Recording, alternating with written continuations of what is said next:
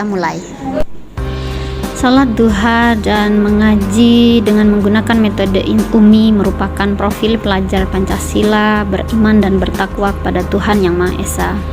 Selanjutnya, anak melakukan literasi bersama di kelas, belajar mandiri, guru sebagai fasilitator dan pamong, serta anak juga berkomunikasi dan berkolaborasi, menuangkan ide-ide mereka secara kreatif dalam pembahasan. Mereka juga bernalar kritis, menuangkan ide-ide mereka dalam proses pembelajaran, sehingga terciptanya karakter anak abad 21, yaitu kreativitas, komunikasi, kolaborasi, dan bernalar kritis. Melakukan interaksi dengan teman sejawat, saling berbagi pengetahuan dan media pembelajaran terbaru. Banyak media-media baru dengan mengikuti zaman sekarang ini, saat ini, yang bisa digunakan untuk mendukung proses pembelajaran. Salah satu contohnya adalah educational comic yang ditampilkan dalam video ini.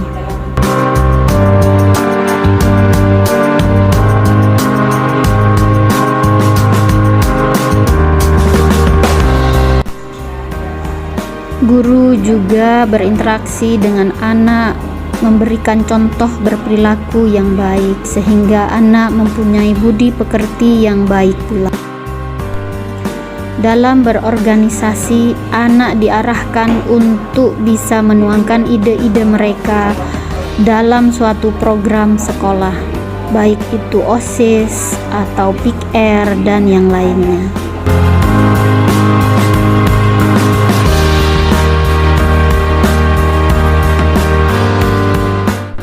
Berinteraksi juga dengan warga sekolah agar tercipta kebersamaan dan bisa bergotong royong bersama-sama, dan ini menjadi salah satu profil pelajar Pancasila, yaitu gotong royong.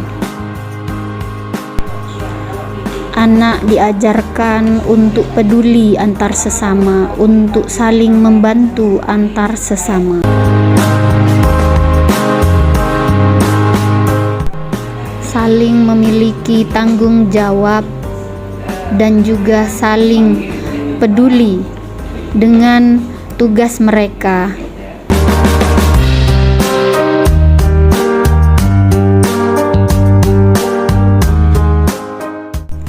Dari hal ini, anak bisa menjadi pribadi yang mandiri.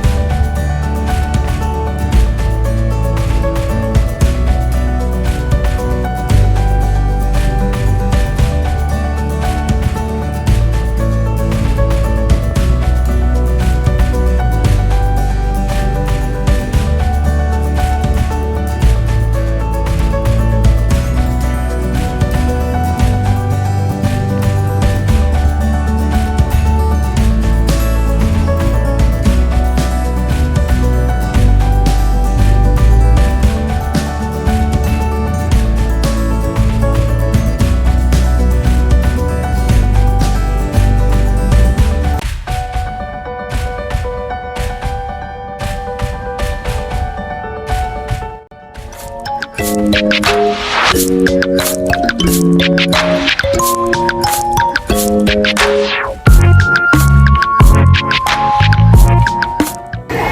ke kantor? Loh, kok pakai sandal? Bukannya nggak boleh ya? Nggak boleh pakai sandal kalau ke kantor, kan harus sopan kalau ke kantor pakai sepatu. Oh ada gitu ya Ham? Aku nggak tahu ya. Ya udah kalau gitu aku mau ngambil sepatu dulu ya. Makasih ya. Iya, Riz. After the students make a commitment, Ya, Kakak, Faris, gimana? Sudah buat komitmen kelas? Sudah dulu. Iya, gimana komitmennya? Kalau ke kantor itu harus menggunakan sepatu, tidak boleh pakai sandal. Ya, Farid, gimana? Sudah paham? Ya, jadi nanti untuk kedepannya gimana, Farid? Kalau ke kantor harus pakai sepatu kalau ke kantor. Iya, yang rapi ya. Nah, terima kasih ya, Wafa. Iya. Faris, makasih.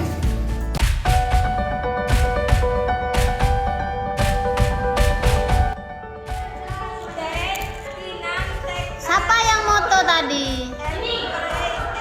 Ayo, kalau moto gimana? Seharusnya etikanya gimana kalau moto? Etikanya gimana? Hah? Nah, izin dulu ya. Jadi harus izin dulu, Bu, permisi mau foto ya. Siapa ini? Lailatul Qadar. Siapa nama?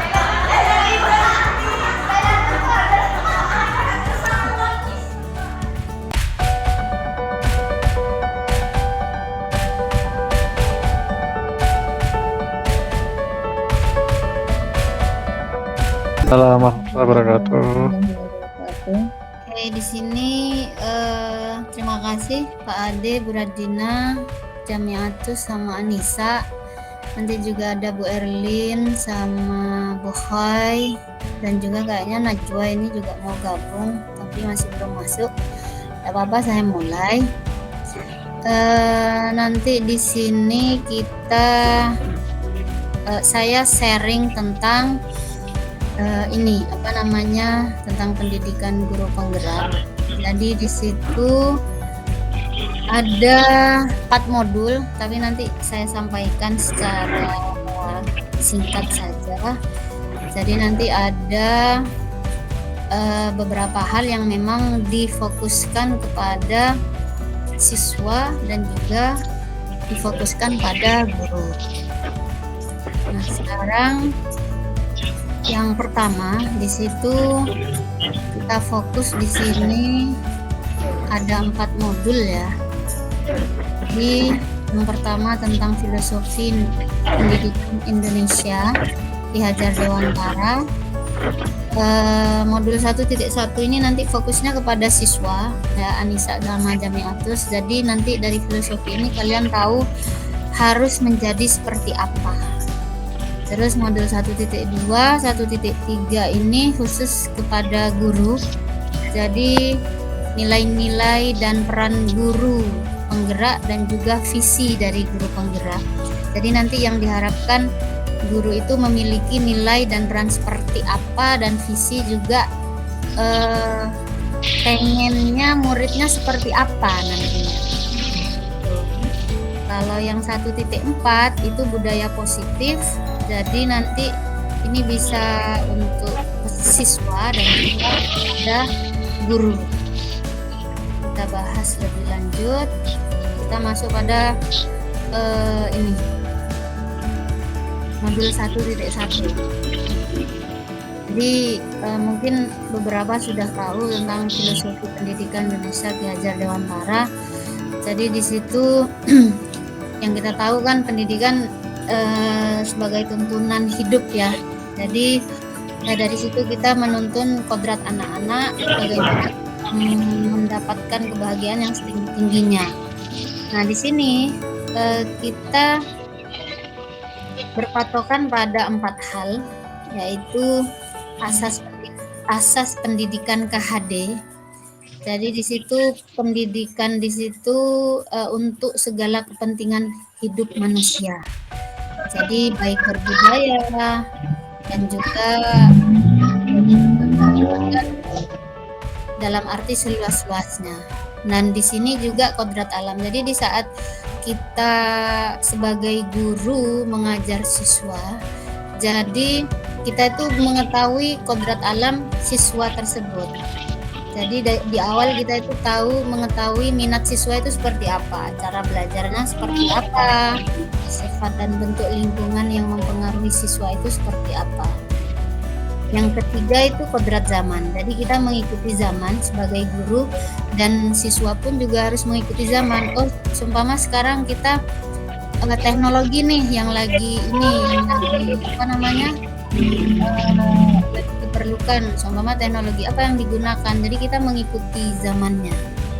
Atau harus secara inovatif. Jadi guru harus mencari cara bagaimana cara belajarnya itu bisa memberikan inovasi tersendiri atau bisa menciptakan hal yang kreatif. Nah, yang terakhir itu budi pekerti. Jadi kita juga sebagai guru itu bagaimana bisa menimbulkan budi pekerti yang baik pada siswa. Perpaduan antara cipta, karsa, dan karya. Nah, di sini yang diharapkan pada siswa. Jadi nanti Anissa sama Jamiatus, jadi kalian itu harus mempunyai profil pelajar Pancasila. Nah, antaranya yaitu mandiri. Selama ini kalian juga sudah mandiri saya rasa ya. Terus bernalar kritis, dari apa yang kalian pelajari kalian juga bisa bertanya. Nah, itu sudah mencerminkan bernalar kritis, diskusi juga, terus mengemukakan pendapat. Terus kalian juga harus kreatif di situ kalian bisa berkreasi dengan ciptaan kalian. Sebelum ada proyek kalian bisa berkreasi, terus bergotong royong, dan ini juga beriman dan bertakwa. Sepertinya kalau di Anas kalian sudah menerapkannya ya. Jadi pagi-pagi kalian sudah ngaji sesuai agama. Terus kalian berkebinekaan global, saling toleransi juga dengan agama lain, dengan budaya juga. Nah, di sini harus kalian miliki. Jadi di tahun 2022 di sini dengan kurikulum yang baru, kurikulum prototype, nanti kalian juga harus bisa memiliki profil pelajar Pancasila. Nah, ini hanya metode permainan ya. Jadi permainan itu adalah pendidikan. Di sini hanya ada 3 metode: Montessori, Froebel, Taman Anak. Jadi di sini permainan. Langsung saja ke modul 1.2. Nah, di sini nanti ini fokus kepada Pak Ade dan Bu Dina. Jadi tentang nilai-nilai dan peran guru. Nah,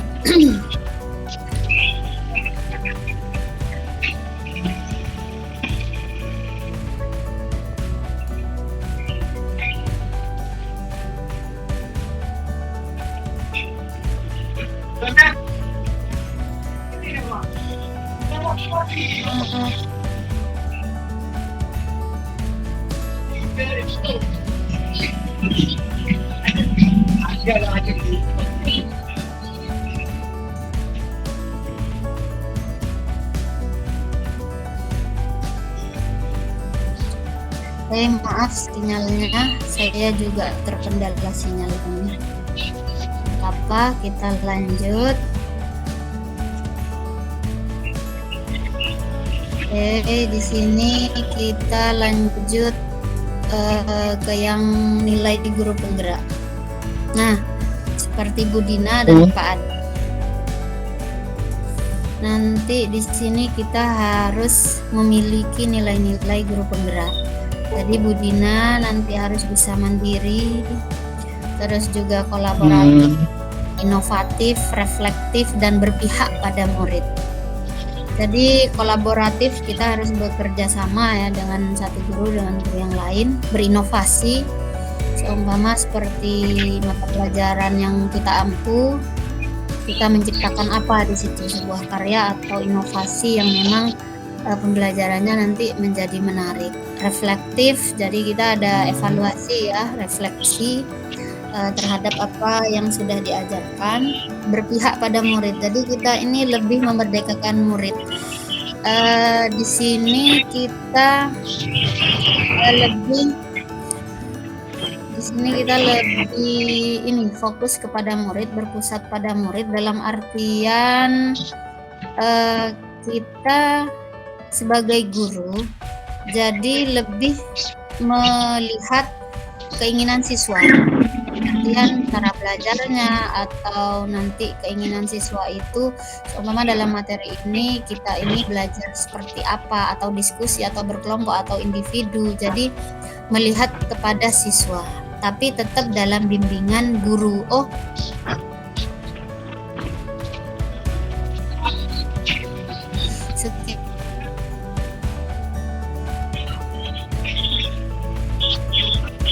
Kiranya itu tidak cukup nih untuk individu, jadi harus berkelompok. Nah, itu dalam artian guru. Nah, jadi yang tadi nilai dan sekarang peran gurunya. Kita tahu pasti kita menjadi pemimpin pembelajaran ya, menggerakkan komunitas praktisi. Jadi kita di sini bergerak di komunitas kita MGMP mungkin ya, atau IGI atau komunitas yang lain. Terus menjadi coach bagi guru lain. Umpama Bu Dina dan Pak Ade punya kelebihan apa itu, jadi bisa menjadi coach buat yang lain.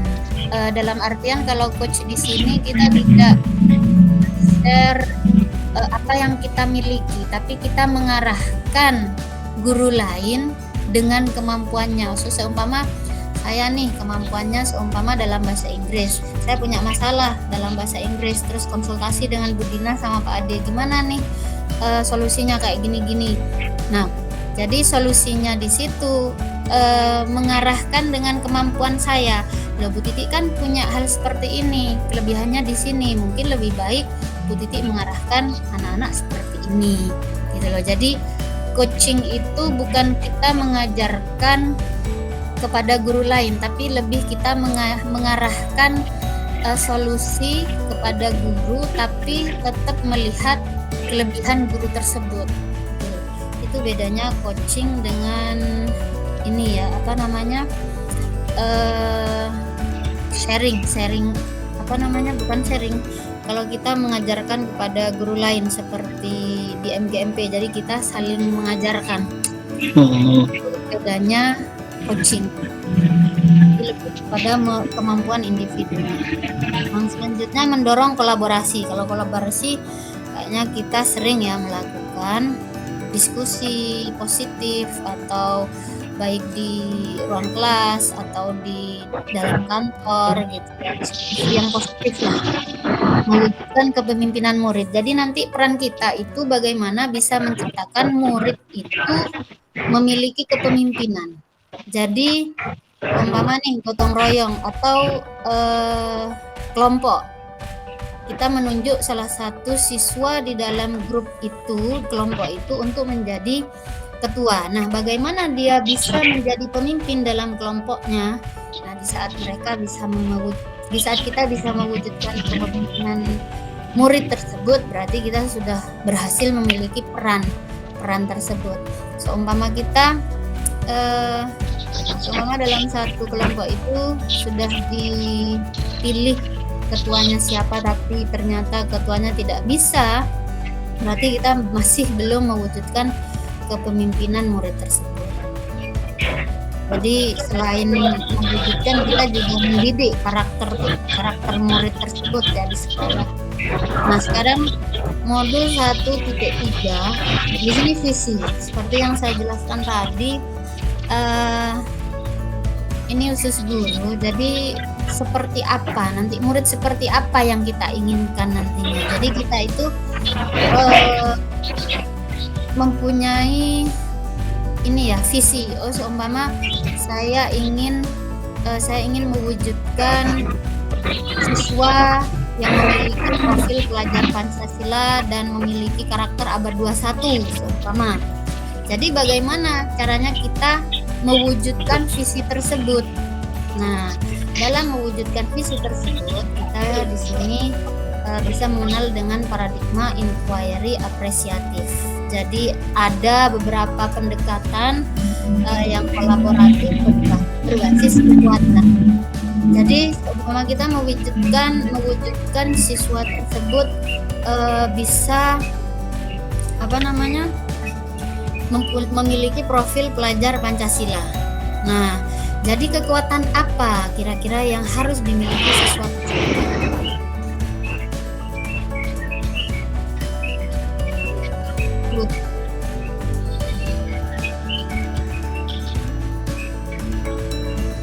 Seumpama mandiri nih, jadi anak-anak ini dari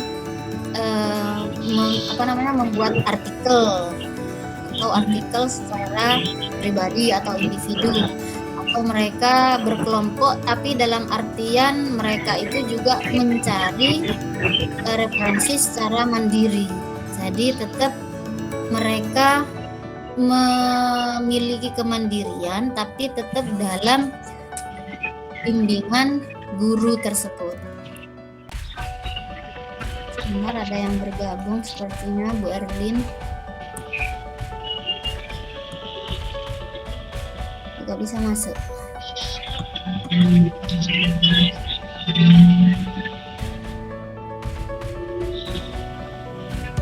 Sebentar, saya stop sharing dulu. Bu Erlin nggak bisa masuk.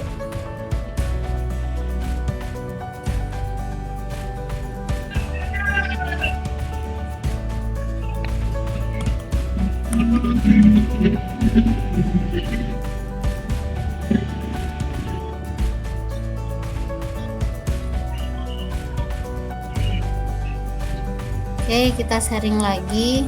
Sepertinya Bu Erlin belum bisa masuk, kayaknya kepencet tadi. Nah, di sini saya lanjutkan tentang yang paradigma inquiry apresiatif. Jadi ini inquiry apresiatif itu merupakan prinsip-prinsip psikologi positif ya. Jadi kalau biasanya kita mencari solusi itu biasanya kan dari hal negatif nih, seperti ada masalah dulu. Oh, ada masalah dengan siswa seperti ini, baru kita cari solusinya. Tapi kalau dalam paradigma inquiry apresiatif di sini, kita malah lebih kepada hal yang positif. Jadi kita mencari positif mereka, menggali hal-hal positif mereka, dan terus melihat kekuatan mereka, baru kita melakukan tahapan rencana perubahan. Jadi lebih kepada hal positif. Oh, seumpama anak ini pinter nih dalam matematika. Jadi kira-kira mereka apa nih kekuatannya? Oh, mereka bisa menghafal rumus, bisa mengerjakan soal-soal. Nah, bagus nih. Terus bagaimana nanti perubahannya? Jadi mereka bisa dijadikan tutor sebaya atau mereka bisa mengikuti lomba. Jadi lebih kepada hal positif mereka dan juga kekuatan mereka. Sama halnya seperti kemarin yang Jamiatus ya mungkin ya. Jadi kekuatannya apa di situ? Terus punya kelebihan hal positif seumpama sudah bisa membuat karya ilmiah atau artikel ya di situ. Dan dari situ guru memilih Jamiatus untuk mengikuti lomba karya ilmiah. Jadi dari situ kita mengasah hal positif. Jadi tidak semuanya negatif ya. Jadi kita di sini di guru penggerak paradigma inquiry apresiatif itu dibalik. Jadi bukan negatifnya tapi lebih kepada positifnya. Nah, di sini tetap ya tujuannya mewujudkan murid merdeka. Jadi tetap berpihak pada murid, menggali potensinya, bakatnya, terus tetap kodrat alam dan zaman. Nah, bagaimana cara mewujudkannya? Nah, di sini menggunakan teori Bagja, BAGJA.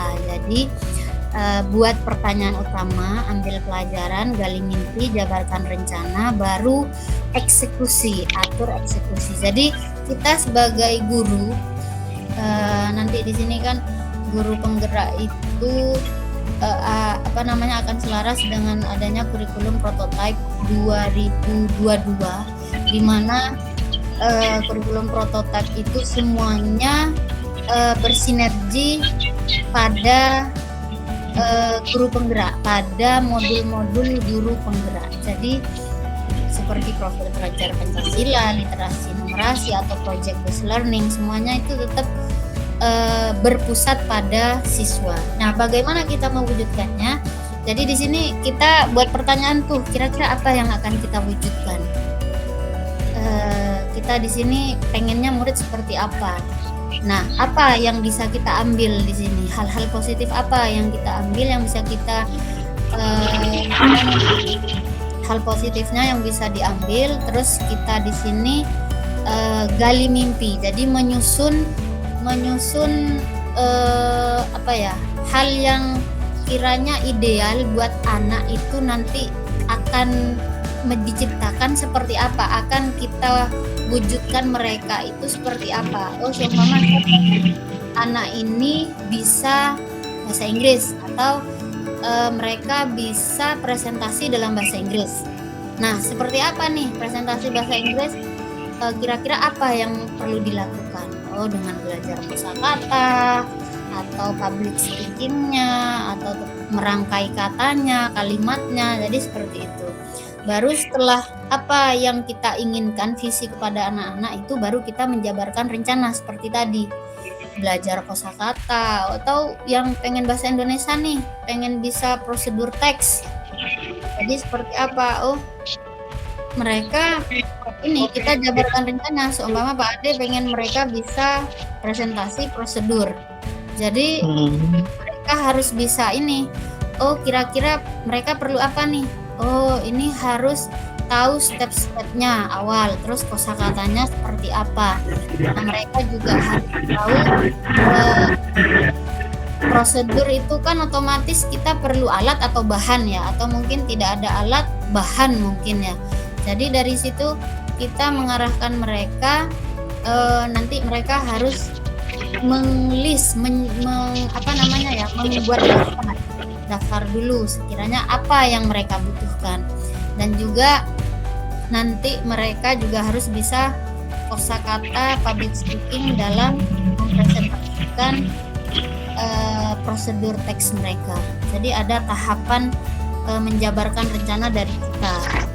Atau mungkin kita ingin anak-anak presentasi di lab, jadi kita tetap izin kepada kepala lab, otomatis kan seperti itu. Jadi seumpama bukan jadwalnya, pastinya kita ada izin, atau mungkin ke kepala sekolah, atau kita menggunakan lab nih untuk prosedur teks, kan seperti itu. Jadi tetap ada tahapan-tahapan rencananya. Baru setelah itu kita atur eksekusi. Nah, eksekusinya ini bagaimana kita memutuskan langkahnya lebih lanjut. Terus siapa yang terlibat, seperti tadi kita mau ke lab, kita perlu izin dari siapa, kepala lab, atau kita mau menggunakan perpustakaan, kita izin ke siapa, kan seperti itu. Jadi ada rencana, kita juga ada tahapan melakukan rencana tersebut, yaitu mengatur eksekusi tadi. Jadi ini disebut teori Bagja. Nah, terus ini yang terakhir, budaya positif. Jadi di sini budaya positif ini ya, ini bisa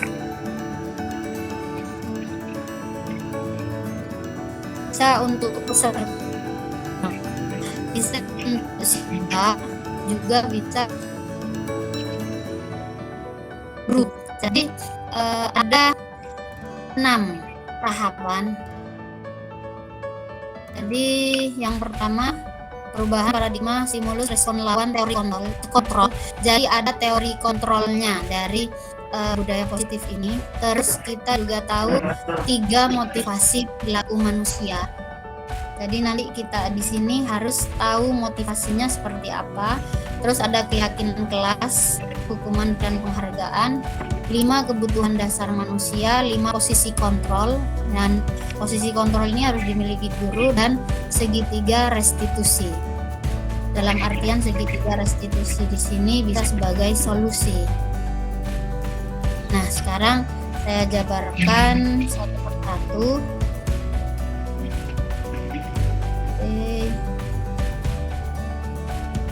Oke, teori kontrol ya. Jadi di sini dipaparkan oleh William Glasser. Tadi ada 4 ya, ada 4 di sini. Ilusi guru mengontrol murid. Jadi teori kontrol di sini sepertinya kita sebagai guru itu mengontrol murid. Jadi di sini terhadap perilaku yang tidak kita sukai terhadap murid, kita itu merasa menjadi guru yang mengontrol murid. Yang kedua, ilusi bahwa semua penguatan positif efektif dan bermanfaat. Jadi seperti kita memberikan kekuatan positif pada siswa, dan itu kita berpikirnya bahwa itu efektif dan bermanfaat.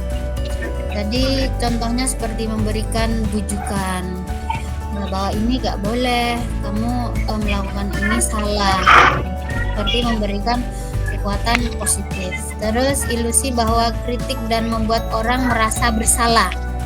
Jadi kita seperti mengingatkan siswa, contohnya seperti kemarin nih kejadian ada siswa lagi main HP atau lagi memotret temennya yang lagi maju ke kelas. Kamu ngapain? Ini Bu buat ngambil foto. Bener ndak kamu ngambil foto di kelas? Etikanya gimana? Oh iya Ibu, maaf, jadi gak boleh, harus izin dulu. Nah seperti itu. Jadi kayak membikin murid itu merasa bersalah. Jadi tidak harus langsung menegur, memarahi gitu. Jadi lebih kepada mengontrol siswa. Nah, di sini yang keempat, ilusi bahwa orang dewasa memiliki hak untuk memaksa. Kita sebagai orang dewasa, apalagi sebagai guru di dalam kelas yang mungkin pegang kontrol, jadi memiliki hak, memiliki tanggung jawab untuk membuat murid itu berhenti melakukan atau melakukan hal-hal yang memang seharusnya dilakukan. Jadi bisa melarang atau bisa menyuruh siswa, oh ini kamu tidak boleh seperti ini. Jadi bisa lebih memiliki hak untuk memaksa. Jadi itu untuk teori kontrol bagi guru terhadap siswa. Nah ini perbedaannya stimulus respon ya. Jadi ini hanya sekedar tahu saja. Jadi contohnya kayak realitas kita sama, realitas sebenarnya teori kontrolnya tuh realitas kita kebutuhan itu sebenarnya berbeda, jadi tidak sama di tiap kelas, itu pasti berbeda. Oke, kita lanjutkan saja. Nah ini motivasi, pastinya kita kan tahu, jadi biasanya baik siswa ataupun guru pasti memiliki motivasi. Nah motivasi seperti apakah itu? Jadi motivasi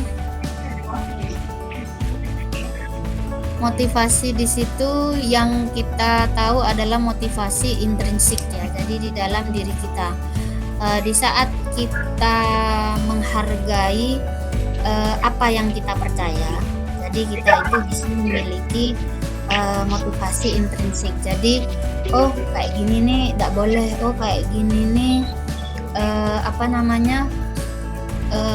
salah. Jadi di situ kita menghargai bahwa kita itu berpikir bahwa itu tuh salah gitu. Jadi kita menghargai pendapat kita sendiri dan memiliki motivasi intrinsik di dalam diri kita bahwa kita tahu itu salah dan kita tidak melakukannya. Jadi seperti itu. Nah di sini kalau kita lihat di sini ya, ini arti disiplin. Kita disiplin di sini secara umum dan juga melalui Ki-Hadar Nusantara dan juga Dayan dosen. Kita lanjutkan saja. Yang tadi motivasi juga sudah dipaparkan ya, yang ini untuk menghindari ketidaknyamanan, mendapat imbalan. Nah, di sini 3 motivasi yang menjadi patokan ya.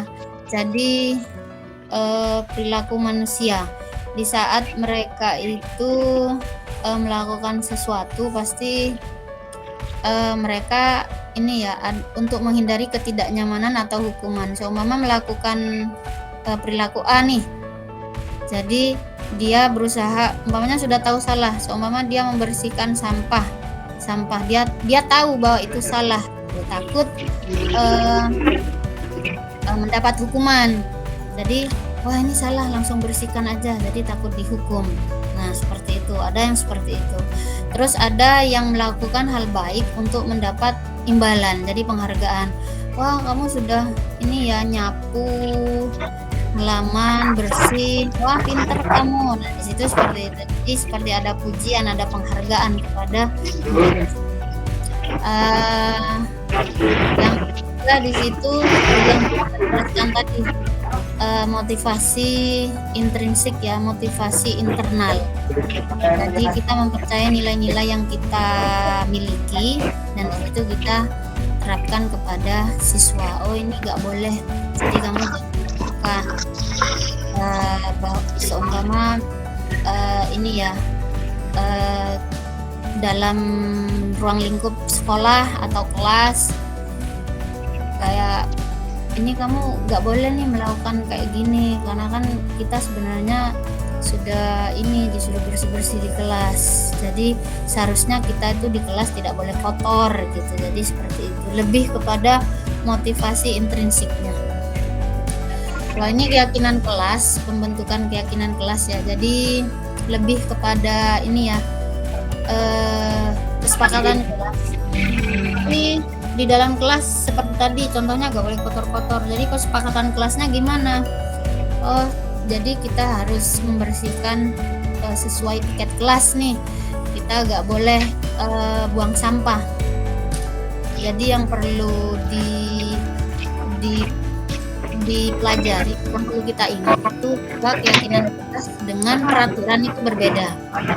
Artinya kita kalau peraturan kan lebih ketat nih, tapi kalau keyakinan lebih fleksibel, jadi lebih pada keinginan bersama ya. Terus kalau peraturan ini kan harus dipatuhi, terus ada rasa hal yang memang harus kita patuhi. Seumpama pakai seragam itu kan suatu peraturan, pakai sepatu pantofel warna hitam itu peraturan. Tapi kalau keyakinan kelas, bagaimana kalau kita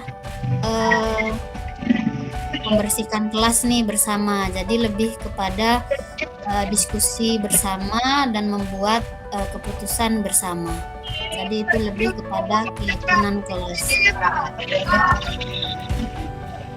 Ini hanya sekedar tahu saja. Jadi kalau identitas berhasil dan gagal itu kita lihat negatif positifnya. Kalau negatif, awas kalau dilakukan lagi ya, nanti awas kamu. Nah itu sebenarnya nggak boleh. Jadi nanti lebih kepada positif. Apakah hal ini yang sesungguhnya ingin kamu lakukan? Benar nih, benar kamu melakukan ini gitu ya. Jadi lebih mendorong siswa kepada hal yang positif. Jadi kayak mode paksaan, mode menghukum itu sebenarnya sudah gak ada. Nah, jadi Anissa Jamiatus jadi seperti itu. Jadi lebih kepada penguatan kalian sendiri. Guru juga lebih kepada menguatkan siswa. Jadi melihat kekuatannya siswa, kekuatan positifnya apa, baru dari situ kita memfasilitasi mereka. Jadi untuk lebih, oh ini hal positifnya lebih bisa ditampilkan nantinya, kita itu harus memfasilitasi mereka itu seperti apa. Nah ini 5 keputusan dasar ya, dalam siswa ya. Jadi siswa itu butuh cinta dan kasih sayang, kesenangan. Jadi memang adalah lima kebutuhan dasar: penguasaan, kebutuhan pengakuan atas kemampuan, kebebasan, dan juga kebutuhan bertahan hidup.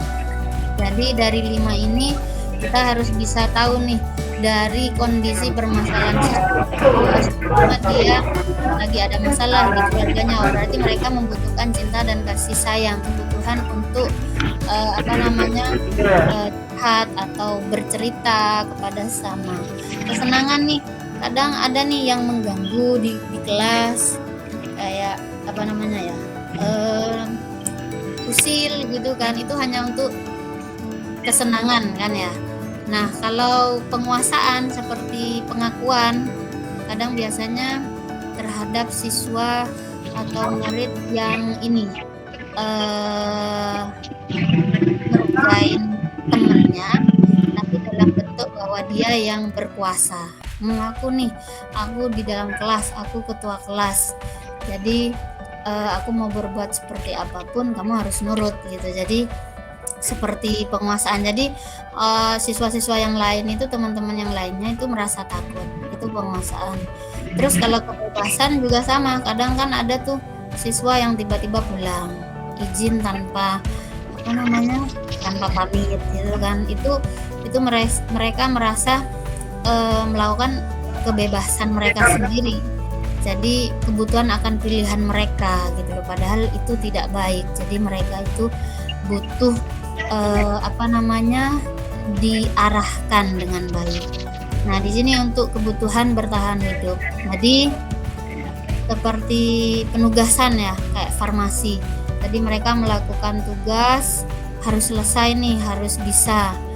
Nah, di situ kan memang untuk bertahan hidup. Di saat mereka tidak bisa melakukan itu, mereka tidak bisa melakukan hal tersebut. Jadi mereka itu tidak bisa bertahan hidup, dalam artian mereka tidak bisa menyelesaikan tugas mereka dalam hal farmasi. Tapi di saat mereka bisa menyelesaikan, berarti mereka bisa bertahan bahwa pelajaran ini saya bisa kuasai. Nah, seperti itu. Jadi ini 5 kebutuhan dasar manusia. Jadi ada beberapa hal yang memang harus guru ketahui dan memang siswa harus bisa untuk terapkan. Nah, di sini 5 posisi kontrol di sini untuk siswa dan juga guru sebagai posisi kontrolnya, dan siswa di saat melakukan suatu kesalahan. Di saat siswa melakukan kesalahan, kita di sini bisa sebagai 5 controller. Jadi salah satunya penghukum. Kalau ada yang berbuat salah, kita kan awalnya bisa menghukum ya. Jadi itu penghukum, dan juga pembuat orang merasa bersalah, bisa menjadi seorang teman, monitor, memantau, manajer. Nah, seperti yang kemarin nih Bu Dina yang pernah kita buat video buang sampah gitu ya. Itu Bu Dina sebenarnya sudah menerapkan sebagai seorang pemantau. Loh, ini kelasnya siapa? Ini muridnya siapa? Wali kelasnya siapa? Miss Titi. Nah, itu sudah pemantau. Nah, Bu Dina ngomong kepada wali kelasnya, memberitahu bahwa siswa di kelas saya itu buang sampah sembarangan. Nah, saya sebagai wali kelasnya itu sebagai manajer, memanajeri mereka, bagaimana caranya mereka itu mencari solusi sendiri melalui keyakinan kelas. Jadi mereka bahas, kamu tuh buang sampah sembarangan, jadi itu salah gitu. Jadi harusnya kamu tidak boleh buang sampah. Nah, itu sudah kita sebagai manajer dan membuat anak mencari solusi sendiri sesuai dengan keyakinan kelasnya atau keyakinan dari kelompok tersebut. Jadi seperti itu. Kalau membuat orang merasa bersalah, berarti kan kita ayo seperti Pak Ade, ayo kamu benar enggak melakukan ini, sudah benar enggak kamu gak bawa buku saku atau buku siswa? Ya Pak, ya salah gitu kan. Ya seharusnya kamu gimana? Ya Pak, ini saya harus beli lagi. Nah, seperti itu. Kalau penghukum sepertinya kita sudah tidak bisa menerapkan itu. Oke, kita lanjut ke segitiga restitusi yang terakhir. Ini segitiga restitusi di sini maksudnya seperti tadi. Jadi kita menstabilkan suatu kondisi itu dengan melakukan memberikan solusi kepada mereka tetap dalam bimbingan guru untuk menemukan suatu keyakinan kelas. Nah, di sini segitiga restitusi itu ada 3. Jadi menstabilkan identitas. Jadi identitas mereka, kesalahan siswa itu apa? Nah, jadi kesalahan dari mereka itu apa? Baru kita validasi tindakan yang salah. Benar enggak ini? Memang suatu tindakan itu ada tujuannya. Tapi kita validasi dari kesalahan mereka. Mereka ini termasuk kebutuhan dasar apa nih? Jadi si sayangkah, ya kan, seperti mungkin Anissa mungkin butuh kasih sayang atau penguasaan atau juga bertahan hidup seperti tadi ya. Jadi contohnya Jamiatus pernah ikut karya ilmiah, tetap melaksanakan atau membuat karya ilmiah itu walaupun H-1 tetap harus selesai, karena memang itu untuk bertahan hidup, dalam artian lomba untuk bisa mengumpulkan sesuai tenggat waktunya. Baru dari situ kita menanyakan keyakinan kelasnya, langkah apa yang memang harus kita ambil, siswa ambil sesuai dengan bimbingan guru agar hal tersebut itu bisa diberikan solusi yang baik. Misalnya seperti yang kemarin, tidak boleh pakai sandal ke kantor nih. Jadi kan sudah tahu tuh pakai sandal ke kantor kan salah. Validasi tindakannya gimana? Oh, mereka di situ butuh kita sebagai manajer. Jadi mereka itu butuh bukan kasih sayang, jadi seperti penguasaan ya. Jadi penguasaan dari mereka. Baru terus kita menanyakan keyakinan. Jadi mereka membahas keyakinannya. Benar enggak pakai sandal kantor itu sudah benar atau mereka sudah tahu bahwa itu salah. Jadi mereka membuat keyakinan kelas, kalau kita ke kantor itu kita tidak boleh pakai sandal. Jadi kita harus pakai sepatu. Kalau kita pakai sandal, kita tuh pasti disuruh keluar.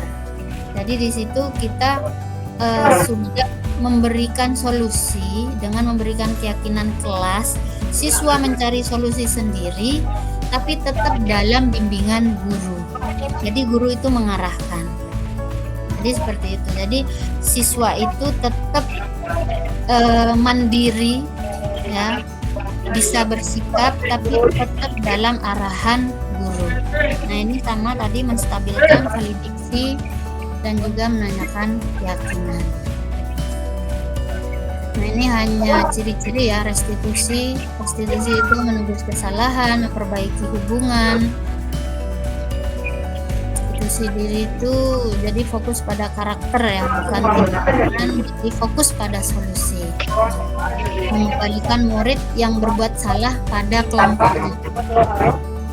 Oke, saya rasa itu Bapak Ibu ya, Pak Ade, Bu Radina, dan juga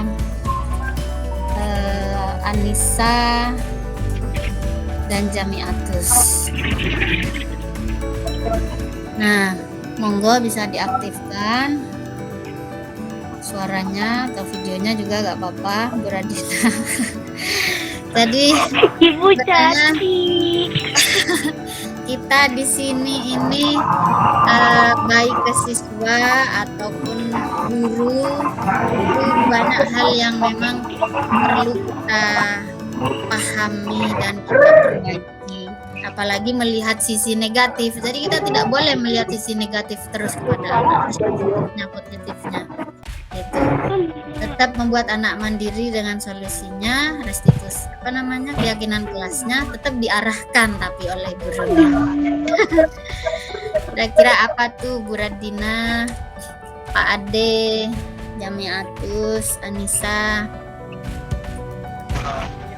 Mungkin ada yang mau ditanyakan atau kita sharing-sharing bahas. saya Miss ya. Nggak apa-apa Bu Radina. Sharing sekaligus bertanya, sekaligus minta solusi dan pendapat. Banyak sekali. Banyak sekali ya. Terus Kan tadi yang pertama tuh terkait kita itu harus apalah tadi ya, yang itu loh Miss. yang mana? Kok saya grogi ya? Bukan yang Posisi yang kontrol. pertama tadi Modul berapa? pada proses pembelajaran itu kita harus menentukan kapan kita itu mau belajar seperti apa, kan seperti itu juga. Jadi harus Iya. memerdekakan siswa. Jadi misal di kelasnya Anissa, di kelas B itu kan karakteristik siswanya kan berbeda-beda. Jadi tadi kira-kira nih Miss, apakah kita harus tanya ke mereka, kalian mau belajar seperti apa, atau kita langsung analisis terlebih dahulu? Itu dulu. Belajar secara kelompok. Kita tanya dulu ke mereka atau seperti apa Miss? Kalau saya Miss ya, saya juga Miss ya. Saya dulu waktu zamannya Erlin itu Miss. Jadi saya kan itu siswanya berbeda-beda karakteristiknya. Saya mencoba mengelompokkan mereka. Jadi yang pintar itu yang ranking 4 yang masuk 4 besar itu siapa? Nanti saya kelompokkan. Di bawah itu misalnya seperti itu nih. Apakah kita bisa seperti itu langsung mencetuskan model atau metode pembelajaran, atau kita tanya dulu kita maunya seperti apa, harus seperti itu. Solusi, pendapat, saran, apalah semuanya itu Miss pokoknya. Oke, saya jawab ya. Saya Miss. Bu Radina, kita sharing aja. Jadi pendapat saya, memang kita harus menganalisis dulu ya, seperti tadi menganalisis dulu. Pastinya kita di saat mengajar itu sudah tahu kemampuannya siswa dari 20 orang itu seperti apa. Nah di sini baiknya seperti apa? Oh ada yang mengkelompokkan pinter nih 5 orang. Nah itu bisa kita manfaatkan untuk upaya. Itu melihat bahwa siswa yang ini, siswa dalam kelompok ini kira-kira bisa enggak kalau diajari tutor sebaya? Kira-kira mampu enggak mereka bisa menghargai siswanya apa enggak, menghargai temannya apa enggak? Jadi kalau sekiranya dia tidak bisa, contohnya kamu itu sok pinter, atau kan ada yang tuh seperti itu. Jadi tetap itu memang harus kembalikan kepada kita. Jadi tidak bisa tutor sebaya. Tapi ada beberapa siswa yang memang mau tutor sebaya. Jadi memanfaatkan anak-anak yang pinter cara belajarnya juga yang memang berbeda ya dari yang lain. Jadi bisa kita manfaatkan untuk tutor sebaya. Untuk kodrat alam dari siswa tersebut, jadi tetap kita kira-kira di awal itu seperti tadi analisis, kira-kira enak nih kalau seumpama kita belajar ini di lapangan. Jadi kita belajar menyebutkan tumbuhan atau tanaman tuh kita ke lapangan. Gimana? Bagus nggak ya? Oh iya Bu, biar kita ini refreshing lihat ke taman. Atau bahasa Inggris tuh gimana kalau kita mengundang tutor atau mengundang native speaker dari suatu lembaga nih. Wah bagus juga, tapi ini Miss takutnya saya nggak ngerti gimana. Oh berarti kan memang ada beberapa yang nggak mau karena mungkin orang-orang native speakernya terlalu canggih buat mereka, jadi nggak bisa. Memang di awal kita harus menganalisa siswa kelasnya itu seperti apa, baru kita memberikan pelajaran kepada mereka. Tetap memerdekakan murid, tapi juga melihat kondisi kelasnya seperti apa, kondisi mapel yang kita berikan seperti apa, itu cocok enggak. Jadi tidak harus kita memerdekakan murid nih, kita harus mengikuti murid nih. Iya, kalau memang itu bagus dan memang sesuai dengan model pembelajarannya dan juga materinya. Kalau nggak cocok, lah kita yang kelimpungan sebagai guru. Jadi seperti itu. Jadi harus menyesuaikan semua, memang dengan melihat kira-kira apa nih yang bagus buat siswa dan yang diinginkan siswa agar mereka itu bisa menyerap pelajaran yang kita berikan. Tidak semena-mena mengikuti semua, tetap dalam arahan guru. Begitu Budina. Miss bertanya. Ya Pak Ade. Oke, terima kasih Bradina. Tadi kan Bu Titi kan menjelaskan bagaimana siswa itu merdeka siswa kayak gitu kan ya. Memerdekakan siswa. Padahal di sini banyak siswa yang notabene-nya pintar, tapi dia tuh malas untuk mengerjakan tugasnya. Sedangkan kita memerdekakan siswa seperti itu. Kita bagaimana? Ini minta solusinya ini. Memerdekakan siswa dalam artian Pak Ade gimana tadi? Mengerjakan Tadi gini. tugas nggak kerjakan yang pintar gitu. Siswa yang pintar itu malah malas untuk mengerjakan tugasnya. Padahal dia tuh udah pintar gitu, tapi dia malas untuk mengerjakan. Padahal di situ kan ingin memerdekakan siswa seperti itu. Ya. Oke, kalau saya sih kita harus kembali lagi pada posisi kontrol tadi ya. Jadi kita di sini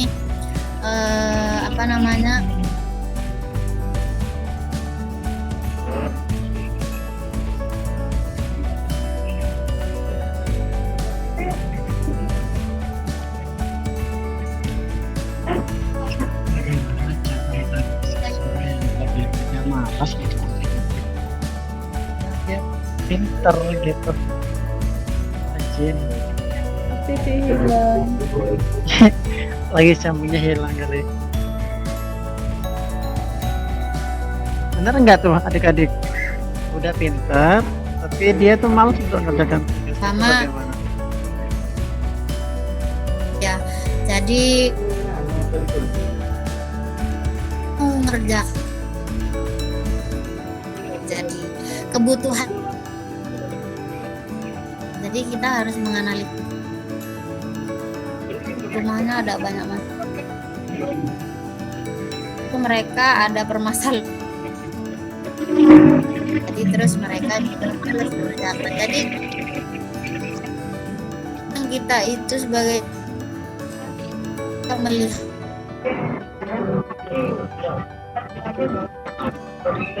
kebutuhan siswa. Kau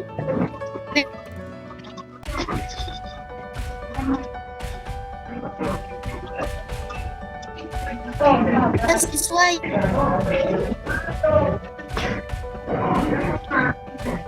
yang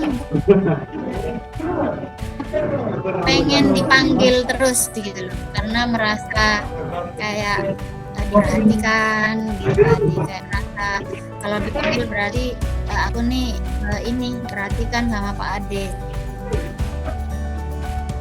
Melihat kebutuhan dasarnya, terus kita melihat posisi kontrol kita sebagai apa. Nah, apakah kita melihat mereka, memberikan solusi mereka sebagai teman, memonitor mereka, atau memanajeri mereka, memberikan solusi, tapi tetap mereka itu mencari solusi sendiri, keyakinan kelas mereka. Jadi apa ya, banyak kita pelajari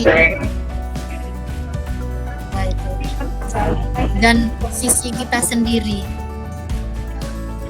Pemahaman saya dulu, saya ini tidak tahu bagaimana kebutuhan siswa, terus bagaimana kita posisi sebagai guru. Paling kita punya persepsi, oh anak ini kayak gini harus gini, oh anak ini kayak gini harus gini gitu kan. Sebenarnya itu ada ilmunya sendiri, ada pendapat sendiri, ada materi. Nah, kalau siswa mempunyai kebutuhan dasar seperti ini, solusinya seperti apa? Memanajeri mereka atau memonitor mereka. Jadi memang benar kata Bu Radina tadi, memang kita harus menganalisis di awal sebenarnya seperti apa. Kalau bersikap sih gak apa-apa sih Bu Radina, udah kerjakan sendiri, terserah kamu kan gitu. Di situ mengajarkan mereka mandiri juga ya kan.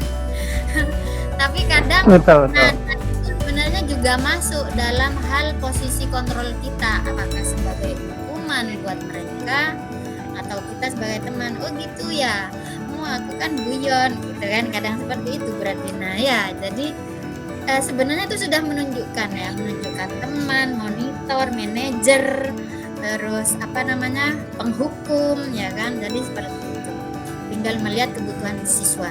Oh Nisa butuh kasih sayang, oh Jamiatus butuh penguasaan nih atau bertahan hidup. Jadi sebenarnya ada ilmunya. Nah, dan itu yang kita tidak tahu dan yang kita harus pahami lebih dalam. Yang bergerak. Mungkin Jamiatus, Anissa ada yang ditanyakan sebagai siswa. Kalian sudah siap untuk memiliki profil pelajar? Atau kalian sudah siap memiliki karakter abad 21? Dari tadi capek.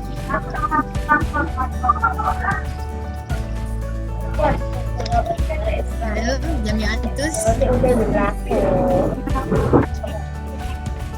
Insya Allah siap, Miss. Sinyalnya like aja. Oke, kalau nggak ada lagi, kita sering lagi waktu. Jangan terus ada yang ditanyakan. Hilang lagi. Sinyalnya memang jelek. Di sini malah rame, Bun. Iya rame. Sinyalnya iya sebelah. Gak apa-apa. Mungkin itu saja. Nanti kita bisa bahas secara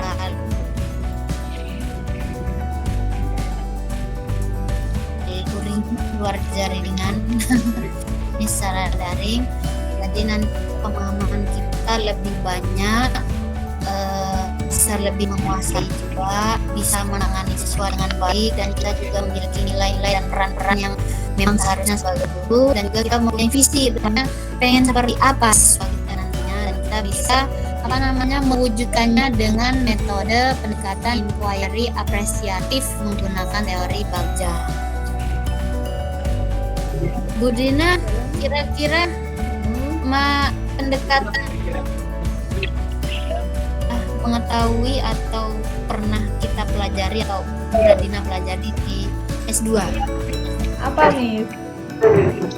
Inquiry apresiatif. Penting sih kayaknya, Miss. Belum ya? Kayaknya ini hal baru ya? Biasanya kan sering kita itu problem solving dari masalahnya siswa, bukan Negatif kan ya? dari masalah Negatif ya, lebih negatif. Jadi kita lebih ke positif ini, mencari aset dan kekuatannya. Makanya kita sebenarnya tidak boleh melihat hal negatif dari siswa. Gitu. Tapi kadang itu sulit, Miss. Misal seperti Anissa ini kan kelihatannya males gitu, tapi saya yakin itu punya sesuatu yang bisa diunggulkan sebenarnya. Nah itu, jadi ada Bisa, aset dan kekuatan dari Anissa yang memang harus digali, ya kan? Dan diatur eksekusinya seperti apa. Mungkin kalau kayak Jamiatus kan sudah kelihatan. Kalau Anissa ini yang perlu digali ya, Miss ya. Kalau Jamiatus gimana? Perlu digali apa enggak? Masih perlu. Jam terbangnya kurang, Miss. Jam terbangnya masih ya. kurang. Jam terbangnya masih kurang, katanya Pak Ade. Iya. Mungkin saya rasa karena sudah jam 8:30. Terima kasih. Siap. Sama-sama, Kita Miss. bahas nanti. Terima kasih Ibu Badina. Terima kasih. Sama. Kalau Kasih, perlu nanti saya Miss. share materinya ada apa. Minta tolong videonya saya print screen dulu yang cantik senyum. Ya siap. Ya saya hitung ya sampai 3. Anissa 1, 2, 3. Ya, terima kasih Bapak Ibu dan Jamiatus bisa Ya, Miss. mungkin kita waktu. Terima kasih ya atas undangan. Ya, Terima Miss. kasih Pak. Meeting. Silakan. Tanya atas waktunya ya. Terima kasih. Sami-sami. Terima kasih. Silahkan bisa meeting. Assalamualaikum warahmatullahi wabarakatuh. Waalaikumsalam warahmatullahi wabarakatuh. Dadah Bapak, Ibu Dadah. Miss.